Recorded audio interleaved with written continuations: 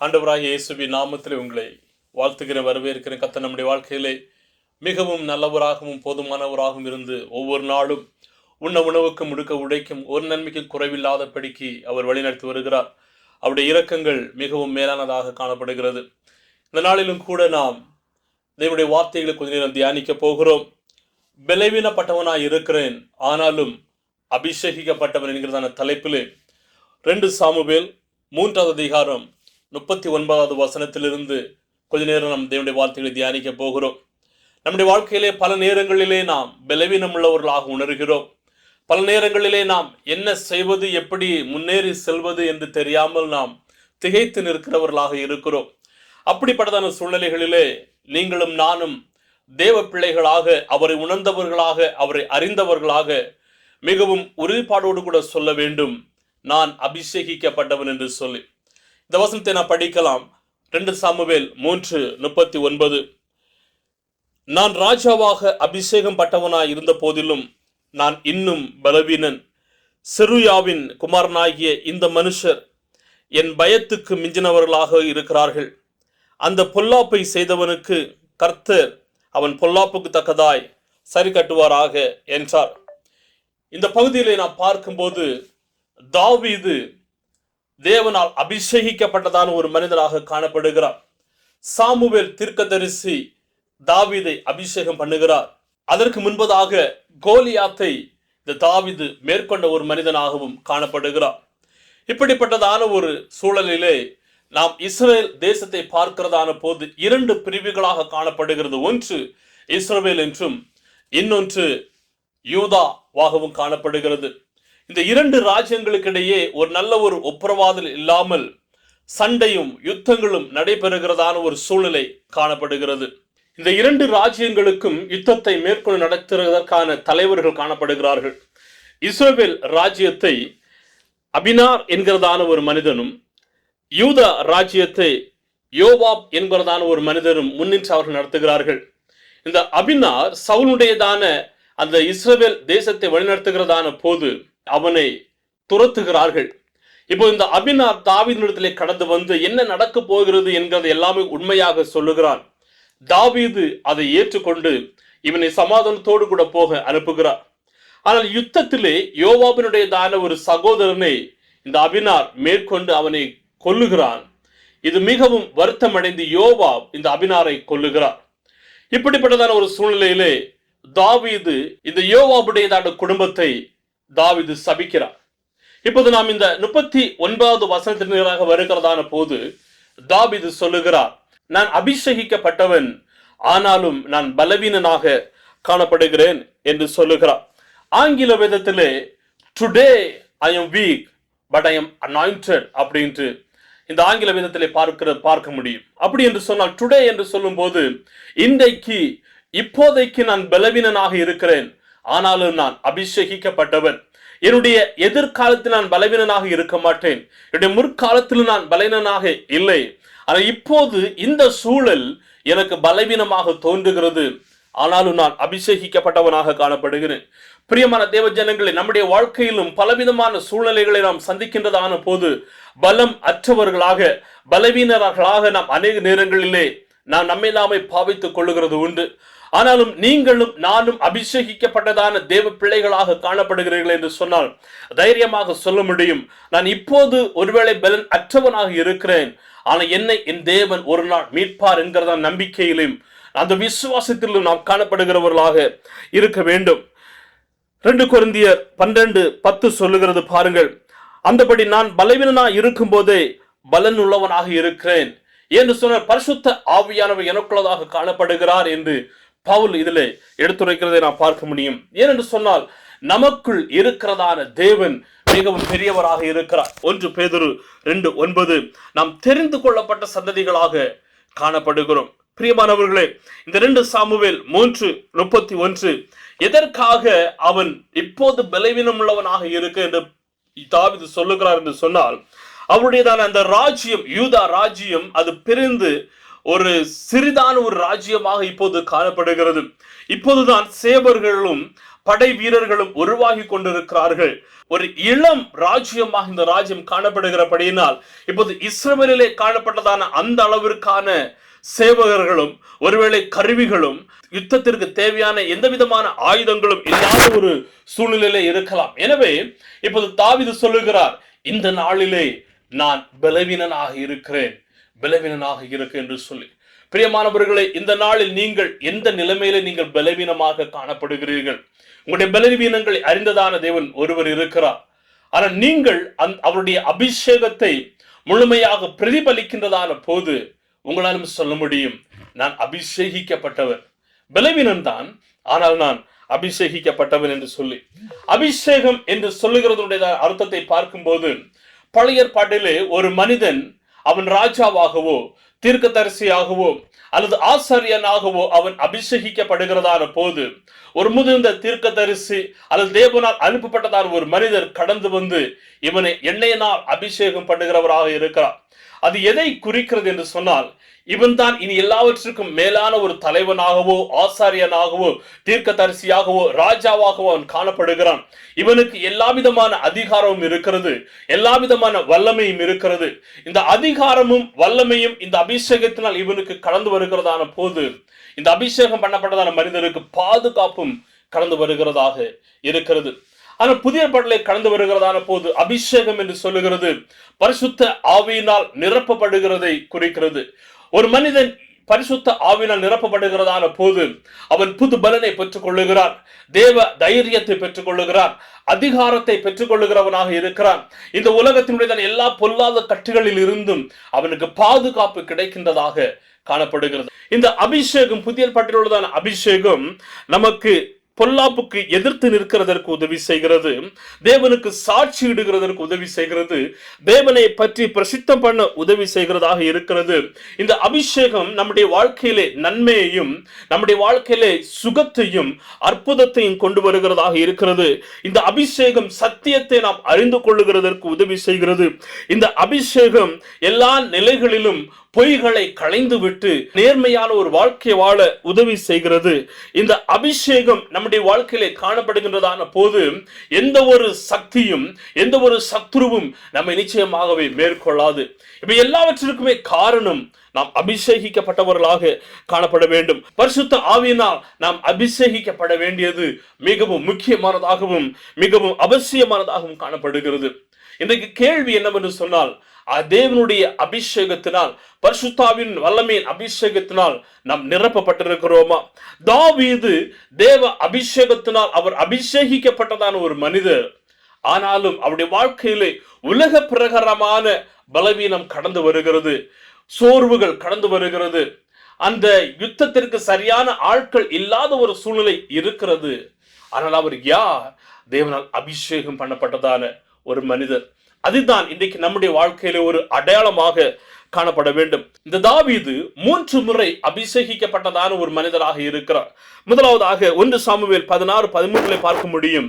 Samuel தீர்க்கதரிசி இவரை தேவனுக்கு என்று சொல்லி அபிஷேகிக்கிறார். இரண்டாவதாக பார்க்கும்போது 2 சாமுவேல் 2:4 யூதாவின் மனிதர்கள் வந்து இவரை ராஜாவாக அபிஷேகம் பண்ணுகிறதை பார்க்க முடியும். மூன்றாவதாக இஸ்ரவேலின் கோத்திரத்தினர் கடந்து வந்து இவரை அபிஷேகம் பண்ணுகிறார்கள். 2 சாமுவேல் 5:1-4 பார்க்க முடியும். அப்படியானால் இந்த தாவீது தேவனுடைய திட்டத்தின் பிரகாரமாக அபிஷேகம் பண்ணப்பட்டவர். ஆனாலும் அவருடைய வாழ்க்கையிலே வேதனைகள் சந்திக்கின்றதான ஒரு சூழ்நிலை கடந்து வருகிறதாக இருக்கிறது. ஒருவேளை இன்றைக்கு நாம் தேவனை ஆராதிக்கிறதான பிள்ளைகள் நம்முடைய வாழ்க்கையிலே பலவிதமான பலவீனம் காணப்படும். அபிஷேகம் பண்ணப்பட்டவர்கள் தான், தேவனுடைய பிள்ளைகள் தான், தேவனை ஆராதிக்கிறவர்கள் தான், எந்த நிலையிலும் தேவனுக்காக முன்னோக்கி செல்லுகிறவர்கள் தான். ஆனாலும் சத்துருவானவன் நம்முடைய வாழ்க்கையில கடந்து வருகிறதான போது சில நேரங்களிலே பலவீனத்தை உணர்கிறவர்களாக இருப்போம். ஆனால் அந்த நிலையிலும் நான் தேவனால் அபிஷேகம் பண்ணப்பட்டவன் என்கிறதை நாம் உறுதிப்பாடோடு கூட சொல்லுகிறவர்களாக காணப்பட வேண்டும். அதை தான் கர்த்தர் நம்முடைய வாழ்க்கையிலே எதிர்பார்க்கிறார். இந்த தாவீதுடையதான வாழ்க்கையிலிருந்து ஒரு சில காரியங்களை நாம் கற்றுக்கொண்டு வேகமாக நான் முடிக்க போகிறேன். தாவீது அவர் அபிஷேகம் பண்ணப்பட்டதற்கு அப்புறமாக தம்முடைய வாழ்க்கையை அவர் எப்படி காத்து கொண்டிருந்தார், எப்படி அவருடைய வாழ்க்கை காணப்பட்டது? முதலாவதாக, தாவீது கர்த்தரை நேசித்தவராக இருந்தார். தாவீதுடைய வாழ்க்கையிலே பலவிதமான உலக பிரகாரமான ராஜ்யபாரம் இருந்தது, அதிகாரம் இருந்தது, எல்லாமே செல்வ செழிப்புகள் இருந்தது, வேலையாட்கள் என்று சொல்லி எல்லாம் இருந்தது. ஆனா அவை எல்லாவற்றையும் அவர் நேசிக்காத படிக்கு தேவனை தன்னுடைய வாழ்க்கையிலே முழுமையாக நேசித்ததான ஒரு மனிதராக தாவீது காணப்பட்டார். எப்படி அவர் தேவனுடைய அன்பை நிரூபித்தவராக இருக்கிறார்? வேதம் சொல்லுகிறது, தாவீது யார் என்று சொன்னால் தேவனுடைய இருதயத்திற்கு ஏற்றவர். தேவனுடைய உடன்படிக்கை பெட்டி எருசலேமை விட்டு வேறு இடத்திலே காணப்படுகிறது. அந்த தேவனுடைய பெட்டி எருசலேமுக்கு மறுபடியும் கடந்து வருகிறதற்கு முயற்சி எடுத்து அதை கொண்டு வந்தவராக இருக்கிறார். ஏனென்று சொன்னால் தேவ பிரசன்னம் தேவனுடைய ஸ்தலத்திலே காணப்பட வேண்டும் என்கிறதான ஒரு வாஞ்சையும் தாகமும், தேவனை அதிகமாக நேசிக்கிறதான ஒரு தன்மையும் இந்த தாவீதுடையதான வாழ்க்கையிலே காணப்பட்டது. என்னை கேட்டுக்கொண்டிருக்கிறதான அருமையான தேவ ஜனங்களே, தேவனை நீங்கள் எந்த அளவிற்கு நேசிக்கிறவர்களாக இருக்கிறீர்கள்? ஒரு கிறிஸ்தவன் இந்த உலகத்திலே அநேக விதமான காரியங்கள் தான் நேசிக்கிறதற்கு இருக்கும். ஆனாலும் அவருடைய அன்பு தேவன் மீது முழுமையாக காணப்பட வேண்டும். அதேதான் தேவன் நம்முடைய வாழ்க்கையிலே எதிர்பார்க்கிறவராகவும் காணப்படுகிறார். சங்கீதம் 97:10 பார்க்கும்போது, கர்த்தரில் அன்பு கூறுகிறவர்கள் தீமையை வெறுக்கிறவர்களாக இருக்கிறார்கள். தாவீது சொல்லுகிறார், நீங்களும் நானும் கர்த்தரை நேசிக்கிறோமே என்று சொன்னால் தீமையை நாம் வெறுக்கிறவர்களாக இருப்போம், தீமையை விட்டு ஓடுகிறவர்களாக இருப்போம், தேவனை மாத்திரமே நேசிக்கிறவர்களாக இருப்போம். சங்கீதம் 18:1 சொல்லுகிறது, என் பெலனாகிய கர்த்தாவே உம்மில் நான் அன்பு கூறுகிறேன் என்று சொல்லி.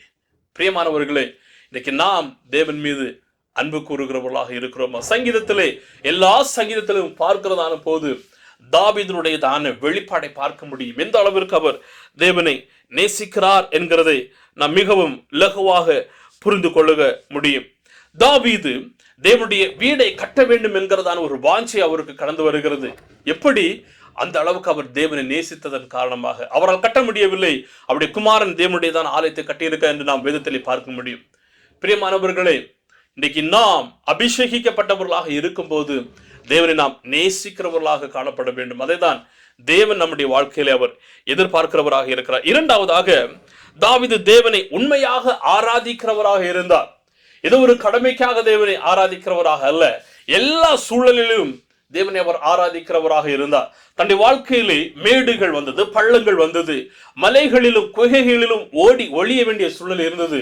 எல்லா நிலையிலும் தேவனை ஆராதிக்கிறதற்கு அவர் தன்னை காத்து கொண்டதான ஒரு மனிதராக காணப்படுகிறார். சங்கீதம் 5:7 அவர் சொல்லும்போது சொல்லுகிறார், நானோ உமது மிகுந்த கிருபையினாலே உமது ஆலயத்திற்குள் பிரவேசித்து உமது பரிசுத்த சந்நிதிக்கு நேரே பயபக்தியுடனே பணிந்து கொள்ளுவேன்.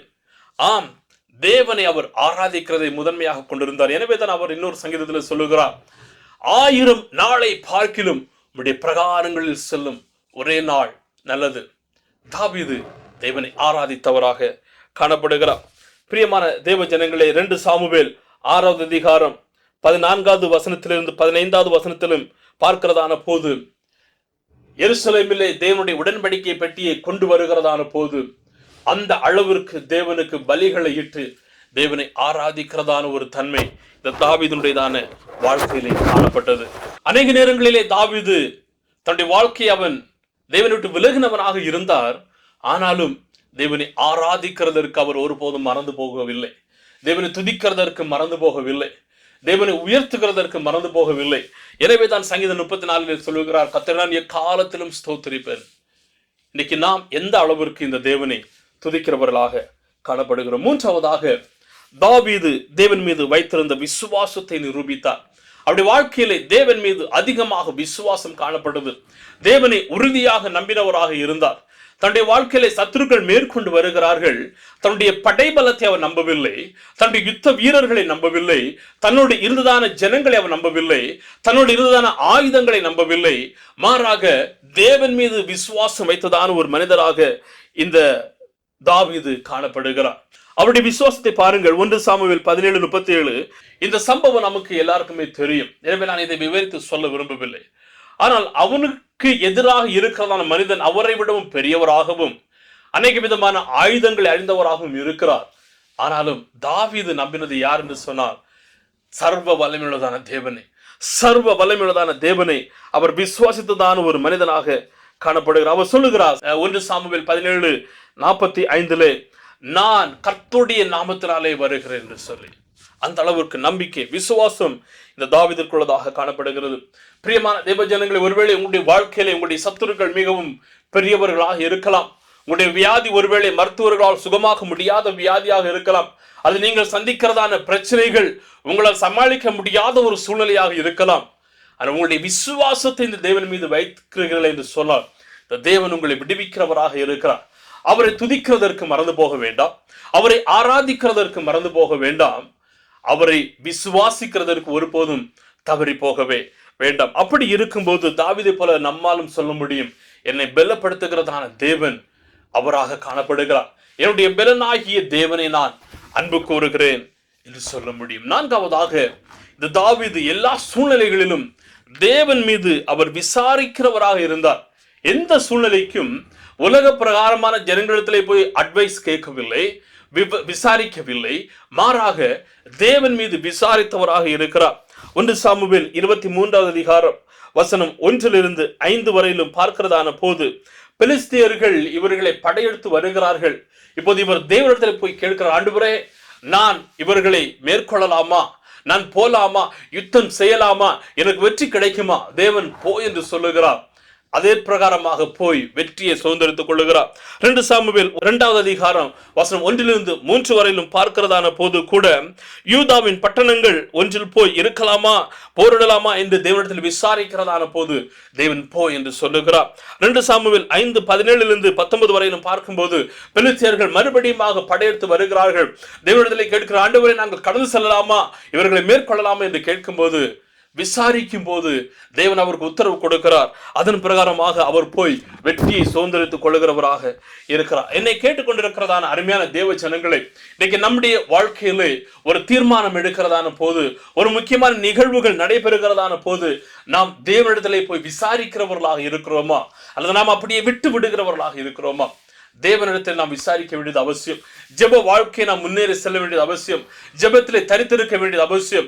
ஜெபத்திலே நாம் நீடித்திருக்க வேண்டியது அவசியம். அப்படி இருக்கிறதான போது நாம் கேட்கிற காரியங்களை அவர் செவ்வையாக மாற்றுகிறவராக இருக்கிறார். விசுவாசிகள் விழித்திருந்து ஜெபிக்க வேண்டும் என்று சொல்லி இயேசு நமக்கு கற்பித்து கொடுத்திருக்கிறார். எப்பொழுதும் ஜெபிக்க வேண்டும் என்று சொல்லி பவுல் சொல்லி இருக்கிறார். எனவே தேவ வசனங்களை நாம் கடைபிடித்து ஜெபத்திலே முன்னேறுகிறவர்களாக இருக்க வேண்டும். அநேக நேரங்களிலே நம்முடைய வாழ்க்கையிலே பலவிதமான சூழ்நிலைகள் மாறும்போது ஜனங்களை நாம் நாடுகிறவர்களாக இருக்கிறோம். அப்படி இருக்க முடியாது. நாம் தேவனிடத்தில் விசாரிக்கிறவர்களாக இருக்க வேண்டும். தேவனிடத்தில் ஜெபிக்கிறவர்களாக காணப்பட வேண்டும். அதுதான் மிகவும் முக்கியம். 5வதாக பார்க்கும்போது தாவீது மனம் திரும்புதலை கடைபிடித்தார். அவர் பல நேரங்களிலே இடறினதான சூழ்நிலை வந்தது. சங்கீதம் 51 நமக்கு கற்றுக் கொடுக்கிறது. ஆனாலும் அவர் தேவனிடத்திலே கடந்து வந்து மன்னிப்பை கேட்டு தன்னை அறிக்கையிட்டு மன்னிப்பை பெற்றுக் கொள்ளுகிறதற்கு அவர் மிகவும் மும்முரமாக காணப்பட்டார். பாவங்களை மறைத்து வைக்கவில்லை, தேவனிடத்திலே அறிக்கையிட்டவராக அவர் காணப்படுகிறார். 1 யோவான் 1:9 சொல்லுகிறது, நம்முடைய பாவங்களை நாம் அறிக்கையிட்டால் பாவங்களை மன்னிக்கின்றதான தேவன் நம்முடைய பாவங்களை மன்னிக்கிறதற்கு அவர் போதுமானவராக இருக்கிறார். பாவங்களை அறிக்கையிட்டு அப்படி சமூகத்திலே கடந்து வருகிறதான ஒரு தன்மை தாவீதினுடையதான வாழ்க்கையிலே காணப்பட்டது. தாவீது அபிஷேகம் பண்ணப்பட்டவர் என்று சொல்லி தேவனுக்காக வாழ்கிறதற்கு, தேவனுக்காக முன்னேறி ஜீவிக்கிறதற்கு எந்த விதமான முயற்சியும் அவர் எடுக்காமல் இல்லை. மாறாக தேவனை முக்கியத்துவம் கொடுத்ததான ஒரு மனிதராக இந்த தாவீது காணப்பட்டார். தேவனை நேசித்தார், தேவனை ஆராதித்தார், தேவனை முழுமையாக விசுவாசித்தார், தேவனிடத்திலே விசாரிக்கிறவராக இருந்தார், தேவனிடத்திலே அறிக்கையிட்டு மீண்டுமாக அவர் கடந்து வந்ததான ஒரு தன்மை இந்த தாவீதுடையதான வாழ்க்கையிலே காணப்பட்டிருக்கிறது. பிரியமானவர்களே, ஒருவேளை உங்களுடைய வாழ்க்கையிலே நீங்கள் பலவிதமான சோதனைகளை சந்திக்கலாம். ஜனங்கள் உங்களை பார்க்கும்போது இவன் பலவீனன், இவனை எளிதாக மேற்கொள்ளலாம் என்கிறதான சூழ்நிலையிலே அவர்கள் காணப்படலாம். ஆனால் நீங்கள் அபிஷேகிக்கப்பட்டவர்களாக இருக்கிறீர்கள் என்று சொன்னால் அவர்களுடைய சிந்தனைகளை தேவன் மேற்கொள்ளுகிறதற்கு உதவி செய்வார். தேவன் ஜெயத்தை கொடுக்கிறதற்கு உதவி செய்கிற தேவனாக காணப்படுகிறார். நாம் அபிஷேகிக்கப்பட்டவர்களாக காணப்பட வேண்டும். தேவன் நம்முடையதான படிப்பை அவர் பார்க்கிறதில்லை, நம்முடையதான சரீரத்தை பார்க்கிறதில்லை, நம்முடைய அழகை பார்க்கிறதில்லை, நம்முடைய அறிவை பார்க்கிறதில்லை, நம்முடைய வசதியை பார்க்கிறதில்லை, நம்முடைய பெயரை புகழை அவர் பார்க்கிறதில்லை. அதை நீங்கள் அவருக்காக வாழ்கிறதற்கு நீங்கள் முன்னுரிமை கொடுக்கிறீர்களா என்கிறதை அவர் பார்க்கிறவராக இருக்கிறார். அவரை நேசிக்கிறதற்கும், அவரை விசுவாசிக்கிறதற்கும், அவரிடத்தில் விசாரிக்கிறதற்கும், ஜெபிக்கிறதற்கும், அவரிடத்தில் நீங்கள் அறிக்கையிட்டு கடந்து வருகிறதற்கும் உங்களுடைய மனதை நீங்கள் ஆயத்தப்படுத்துகிறீர்களா என்கிறதை அவர் பார்க்கிற தேவனாக காணப்படுகிறார்.